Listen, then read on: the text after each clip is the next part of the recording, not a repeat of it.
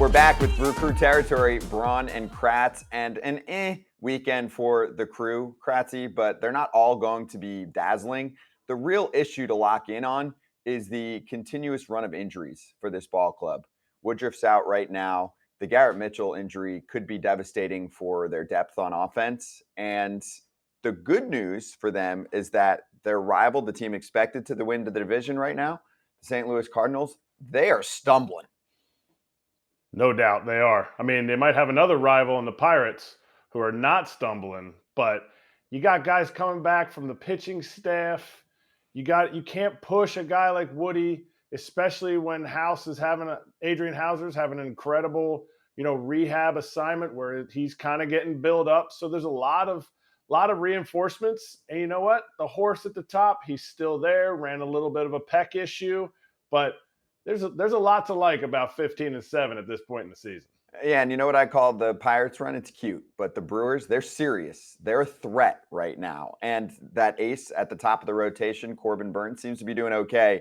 He spoke to us. We'll get to Rowdy Tellez too. But let's start with Mr. Burnes. Corbin, great to see you. And actually on this topic, I want to drive right into it with you for a second. Madison Bumgarner designated for assignment. I mean, he's had a great run in this league and probably will continue it, like Kratzy said. We were talking about him getting after it with Contreras yesterday, and Garrett Wilson in the chat was asking who in the league is the biggest trash talker among pitchers. So what did you think about Mad Bum getting into it? And we were saying, like, that's just him, and do you observe that from other players? Yeah, I mean, he's done it ever since he's got to the big leagues. You see it every year. He's jawing at guys and doing it. And like you said, I think it's part of the intimidation factor, and guys know that, hey, if you do something he doesn't like it, he's going to let you know. I remember, it was I think it was 2018. We faced him at home, and he was John at, I think, Scope or Bronny or something, and Scope came up and hit a grand slam, and I think we hit a walk-off grand slam like the 6th inning that day. We were all mobbing the field, screaming at him. Just kind of one of those things that he brings energy, but it'll energize the other team too if you let it. Yeah, I played with him the next year. I remember that because he told Braun to get back in the box, and Braun was like, "That's right." He was like, "What? Don't talk to me." And I talked to Bumgarner the next year, and he goes. You know what? I really didn't want to throw at Bronny, but he said he kind of challenged me in the box, so I had to throw at him. And he goes, damn, Scope hit the ball really far the next time up. He goes, I guess that's what I get. Yep. But, Burnesy, have you ever had a situation like that? Have you ever gotten into somebody's face? And I'm not just saying Contreras because he was on the Cubs. Now he's on the Cardinals. But is there a guy on another team that you're like, yeah, I definitely yelled at him. Or have you yelled at a teammate yet? Are you that status yet? Are you a yell at the teammate guy yet? No, not there. Maybe when I get to your age, maybe I can do that. Maybe. Okay, fair. Need some more. There you go. Need some more time before I can do that. No, I'm not one of those guys who likes to get in, get in other guys' grill and jaw at them. Obviously, there's some things that'll make you upset or piss you off a little bit out there, but I think I've got good enough stuff that I can just go ahead and get you out when I need to, and not have to give the other team that a little extra energy or a little bit of excitement to get them going. Yeah. Corbin, how you feeling? How's the pec? Do you feel like it's recovering well and you'll make your next start? Yeah, everything's good. Played catch yesterday and everything felt good. We got an off day today, so just hanging out, and then bullpen tomorrow will be kind of the final test to make sure we don't feel anything. But playing catch yesterday, throwing a little fly ground, everything felt good. Burnesy, what's up, man? Did you get a haircut?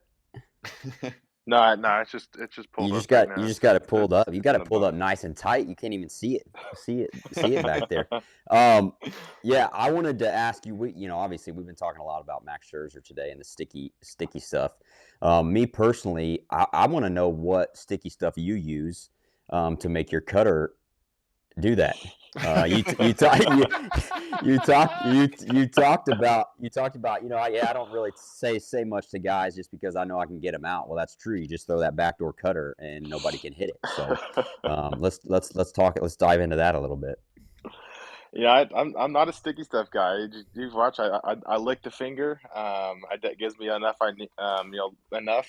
Some guys use the sweat and rosin. For me, I can't get a consistent enough feel on it because every rosin bag's different, and when it's cold, you're not getting enough sweat, or when it's really hot, you're sweating too much. So, for me, what I found the most consistent thing to do is to lick my finger, and I get enough, and that's how I can get the most consistent and get the best feel in the baseball. And yeah, I think what happened with Max yesterday was unfortunate, but obviously I don't know any of the details. Just having seen the little bit on TV and a little bit of conversations, but I'm sure we'll hear some more about that in the next couple days.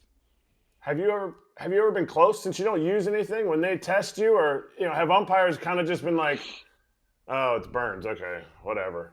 Like, have you ever been close? Because today, this whole situation, this whole week with Herman, which made us, when Max was on Monday, we talked about it with him. I had never seen the fact that, oh, hey, go in, clean it off, and then we'll come and inspect it again. Like, I never knew that. Have you ever been close? No, I've never gotten that. I think we've seen. Can't think of. We were playing someone last year where they were asked to go in and wash their hands and clean off their hand or whatever it was, because they felt like it was getting too much of a buildup with rosin or something. But that's the only time I'd really seen that. And then, like you say, we see it on social media all the time when, like, the Herman thing the other day where he was asked to go wash it off, and then obviously the Scherzer thing yesterday. But yeah, I haven't seen that. I haven't been asked to do it. So I don't know if those guys are getting just sticky and they're being asked to remove it because they know it's sunscreen and rosin, and it's just getting too tacky. But I'm not sure. That's something that I'll definitely talk to some other guys on the team just to see if they've had that issue before. But yeah, never been asked to go wash off my hands or anything. I think some pitchers are concerned about it. We had Matt Barnes on earlier where he's like, yeah, I use rosin. It's like, am I going to get in trouble now? He's like, I don't know what the level is. He's saying how much sweat can come off of my head. Everyone sweats differently. I'm in Miami. It's humid. So my big picture question is, and I know it's not affecting you because you're not using rosin and sweat, but how are they actually able to tell a stickiness level? You're relying on an umpire who probably didn't learn that in ump school. Like, are they putting different levels of stickiness on people's hands, on dummies' hands, and going, see, that's too much? It sounds like they're trying to mess with science, but not actually using any testing equipment. Yeah, I mean, if you talk to every umpire, every umpiring crew, they all say, "Oh, we've dealt with it. We've tested what sweat and rosin and what everything feels like, and what different tackiness and what illegal substances feel like, that kind of stuff." But I mean, and unless you're in the in-game action and you're sweating, like Max is a guy you can see he sweats his ass off. So it's like, is anyone that's testing it going to have that level of sweat and the rosin to test the tackiness? So I don't know what their levels are of what's sticky, what's too sticky, what warrants hey, go clean your hands off and start over kind of thing. I don't know what that is. It's obviously it's very subjective to each umpiring crew and each umpire. Obviously, Phil Cuzzy and his crew, that's the third one they've done, and all three have happened to come from his crew. So I don't know if they have different levels that they're testing and have different expertise with it. I really don't know, but I think there's something definitely going on that needs to be figured out of what that levelness is, how you can actually test to see if something's too sticky, and just also knowing where like you say, the environment you're in. If you're in Miami versus if you're in Colorado Springs where there's not going to be much humidity, it's obviously going to be a lot different. I want to switch the sticky stuff to talk about glue. Who's the glue of the Brewers? And I'm not talking about who's putting the glue out for the Brewers when they go out to a team dinner. It's a play on words here. Who's the glue for the Brewers right now? Who is, like, what are you guys? Because when you're winning, sometimes you're like, I'm not exactly sure how we're going to win, but this. Who is that for you guys right now? Yeah, I would say on the position player side of it, Willie Adames is great. I think we don't have any better guy as far as bringing energy to the field every day.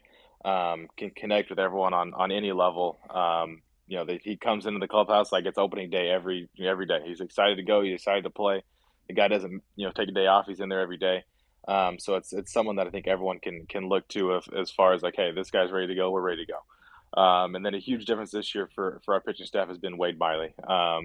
Wade's been around the game for 14, 15 years. He brings, some level of expertise that none of us can bring. And, he's energized. He's on a young team with a bunch of young guys that, have him feeling better than he ever has. And he's excited to be around us. And he keeps our pitching staff really light and fun. So I think those two guys right now are probably the leading two guys as far as keeping that clubhouse energized, getting everyone going every day. Wade's brought a bunch of fun stuff to the clubhouse, for post game and in game, just all kinds of stuff to keep everyone energized. All right, you need to answer this question quickly because I asked guys and it really stumps them. So I set you up. Okay, on your team right now, you have to cut one guy. He can't be playing baseball anymore. You got to trade one guy, and then you have to room with one guy. Go. You got a timer. I'm gonna put you on the pitch clock. Go. I'm cutting Rowdy because he takes up way too much of the couch. Like, he's constantly on the couch. You can't get him up off the couch. Trade. I mean, really, the answer is going to be Rowdy to everything. We'll trade Rowdy.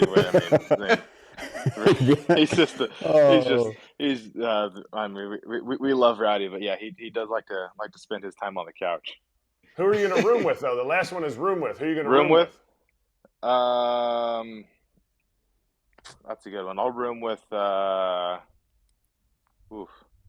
I'd say Rowdy, but that's too much of a mess. I'll go with Wade. Wade's a good time. He's fun. Wade, I got a question about Wade. Is he still getting jalapeno poppers and taking the jalapeno out of the actual popper and just eating the fried cheese? Because he used to do that he used to do that in Boston. Love Wade. I haven't seen that yet, but I'm gonna ask him about that one for sure. He said he doesn't eat anything that's green, so he's got to do something if he's still pitching, man. But we used to give him a hard time for that. That's the thing with Wade now. Wade's like, I've worked out this year more than I have in my entire career. So now he's like, man, my legs kind of hurt. Like, you guys maybe work out, and I got muscles now, and so now shit hurts, and stuff's never hurt before. So he blames a lot of his success and his soreness is on the training staff and the strength staff for actually making him work out. And hey, I mean, I'd say it's paid off so far. Hey, what do you think about the Cheesehead celebration? And Freddie Peralta's response, while loving it, was, "What do pitchers get?" And we talked him into it too. And the idea was, if someone has an absolute day, not in between, of course, and we made sure he knew that. He was like, "No, I want to stay in the zone." We're like, duh. 6, 7 innings, whatever you did, 8 innings, you shut him down. Can the pitcher get the Cheesehead? Because, hey, if you hit a homer in a 13-1 game, you get rewarded. So can pitchers get involved? I don't think I've seen it go down yet. Freddie said he was going to implement it at the right time. Your thoughts? We haven't seen it yet, but look, if Freddie's going to go out and shove and do his thing and he wants the Cheesehead, we can put the Cheesehead on it for sure. But I think the Cheesehead's great. It's something that I think the fans can get behind because obviously Wisconsin cheese, whatever, and it's something that they've seen forever and around the Packers and so now just to bring it, I think, to baseball and have it'll be a little fun deal. I'm sure the team store is going to be selling Cheeseheads, in by the hundreds now. If we keep rolling and keep hitting homers, I'm sure we're going to see a lot more Cheeseheads around the stadium for sure. I have a fan question for you from Garrett. He said, for any young pitchers in high school or college, from a metrics point of view, what do you feel are the most important metrics? That's a good question. I think for any young guy, coming up or just getting into pitching, getting into that side of the the analytics and the metrics part of it is just, first of all, understanding them, knowing that, hey, some of these guys have really good fastballs, have 19 to 20, 20 inches of rise on them. Those are the good, classified as good four-seam fastballs, and knowing like, hey, is that something you're actually going to be able to do?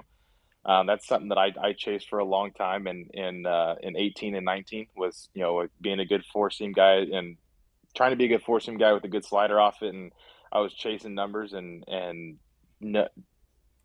found out later on that I was never going to be able to get to that. And that's where this cutter kind of came into play. So I think for the most part is understanding what those numbers really mean and then understanding, hey, is that something that's really feasible for you to do? For me, trying to chase that high four-seam vert was not something I could do. Instead, I could turn into a cutter and mixing some other pitches around it. So I think for the most part, it's understanding what those numbers mean. Can you really feasibly do that? And if not, then finding what kind of what fits your game the best. What's the you said today's the off day. What do you got? What do you got going on today? Like, what's the big fella doing? Is Carter involved? What's going on? Yeah, so Brooks up watching Carter right now. He was just screaming his head off a little bit ago. We just put together a little a jungle gym for him, which he played on for all of about 30 seconds, and then was over it. So that was fun. So yeah, we're going to head to Whole Foods here in a little bit. We just had a 10-day road trip, so we don't have too many groceries at home right now. So need a grocery run, and then we'll get some dinner tonight. So it's full dad mode today. Love it. Corbin, I got to do one hard-hitting one for you. Yep. So today, Fernando Tatis Jr. returns. Wanted to get your thoughts and how other players feel about PEDs and testing and everything in the game. Everyone experiences it, of course, because everyone gets tested. So what do you think about his situation and where we are as a sport on that front? Yeah, I think it's unfortunate. Obviously, a great young player like him to obviously get popped and go through that. Coming on the heels of him signing this huge extension and the excitement around the game, around the Padres, around him at the time. I think it was unfortunate for obviously that fan base to miss out on 80 games of him playing, then also the game of baseball missing out on that. So I think it's tough. It's obviously the consequence for taking a performance enhancing drug like that. It's not something that's new. It's been around the game for a long time, and whether guys have just shied away from it or gotten better at hiding it, whatever it may be, it's obviously not as prevalent, but it's still there. So I think it's just unfortunate. Obviously he's back today, so I think it's going to be obviously an exciting day in San Diego and for baseball to get an exciting young player back. But I think the game of baseball really took a hit with him missing the time like he did. Who should be the face of baseball? Who should be the guy that you would tune in to watch on Foul Territory? I think right now it'd be tough to argue against Shohei and what he's done for the last couple of years and what he can do on both sides of the ball. I know a little bit of Japanese. I know how to say I farted in Japanese. And I know how to say, did you fart? So. Yeah, I'm not sure how long that conversation would go then. It's okay. I mean, onara deta, and then you say onara shita. So there you go. Perfect. Yeah, so when we have Shohei on, we know what Kratz is asking him. Good luck. Yeah.